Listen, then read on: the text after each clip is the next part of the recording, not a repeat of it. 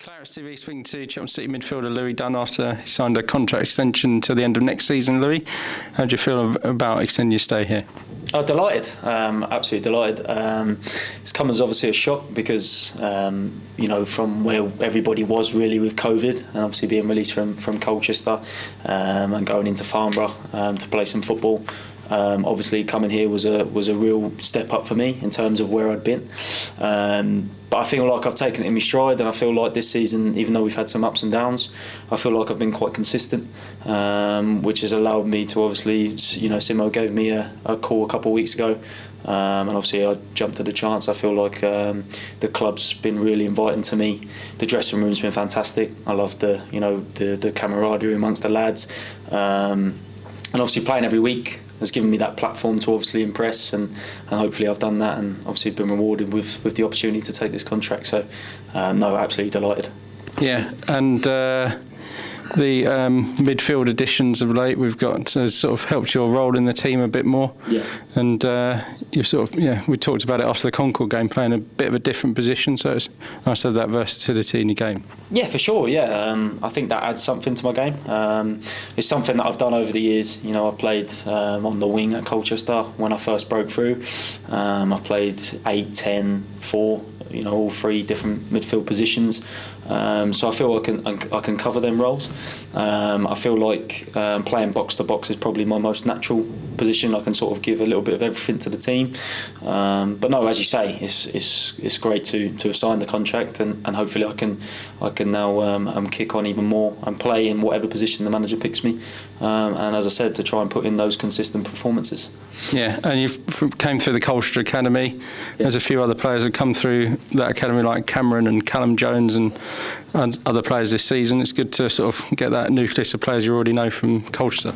Yeah, it's quite weird actually. We were speaking about it, the last couple of days with the people I've, obviously keep in contact with, and every other week you seem to be playing against one of your mates or someone you know. It's quite strange how many boys have left Colchester, which is good because everybody's now playing football, and it's good to see people doing so well. I know Cam, obviously his recent form's been really good, but yeah, it's good, and obviously new boys meeting new players is obviously sometimes can be quite daunting, but I think every player in that dressing room, like I said after Concord, with new players, old players that have been here before, there's that real togetherness amongst the group, and to be here now for the next I think it's 18 months, till the end of next year, gives that real stability for me, allows me to have that platform to kick on with the team, and hopefully from now to the end of the season we can do that, and hopefully then next season we can kick on some more as well. Yeah, and apart from when you were injured, you've sort of been one of the mainstays on the team sheet. Is that sort of part of your reason you stayed here? Simo likes what you do, and he wants you to stay. For sure, yeah. I think with me, I've always seemed to, I've backed myself in terms of the quality that I have, that I can bring to the team.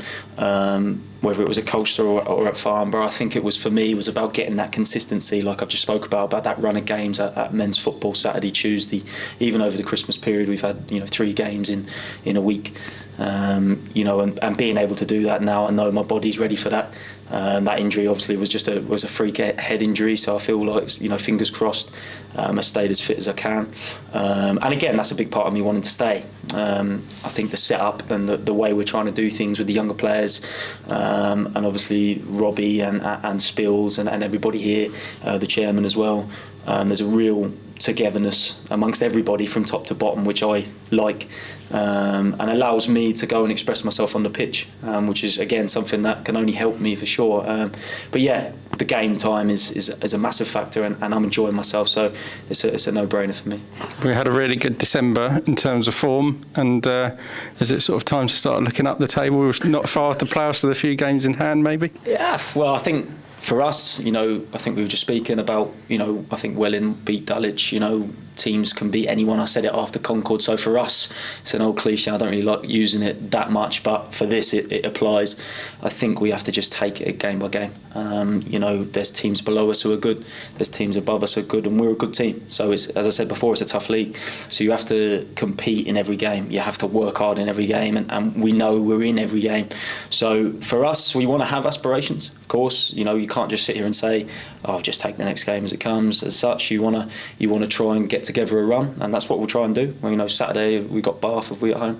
You know, it's another opportunity in front of our own fans to try and get 3 points. And as you say, we've got games in hand, so hopefully, you know, if we can put together a run, we can certainly look forwards. But no, we'll take it Saturday and then on to the next one after that. Okay, thanks, Louis, and well done for securing your future at Chelmsford. Thanks very much. Cheers.